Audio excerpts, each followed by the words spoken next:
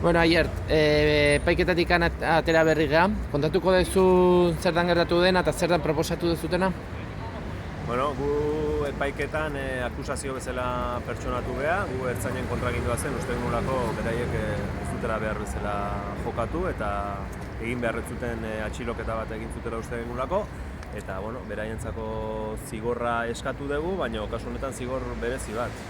Justizia restauratiboaren alde gaude, ez duguna inorrentzako ez gartzelarik, ez inor langabezira joan dadin, eta proposamen alternatibo bat egin diogu tribunalari. Zer da proposatu duzutena?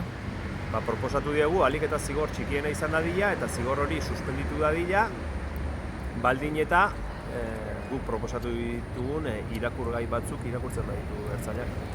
Ze irakurgaiak edo ze? Bueno, irakurgaia dira Pedro Bañosen liburu bat, geopolitikari buruz, beraien poliziaren eta indar militarren papera pixka bat ertzaintzak ere ulertu dezan, zeinan gaur egungo kontestuan, eta lurralde askeak ongo bizitzeko dekalogoa, publikatu zuen dekalogoa. Eta, azkenik ze impresio edo ze ondorio ateatzen ez du epaiketa guztitik? Bueno, beti bezala, uste beste gurea ez den jokozalei batean jokatzen degula, gurea ez den joku batera, eta uste zaila egite zaiora, bai ertzaintzari eta bai tribunalari ulertzea zein da guk argudiatu nahi deguna. Vale, eskerrik asko.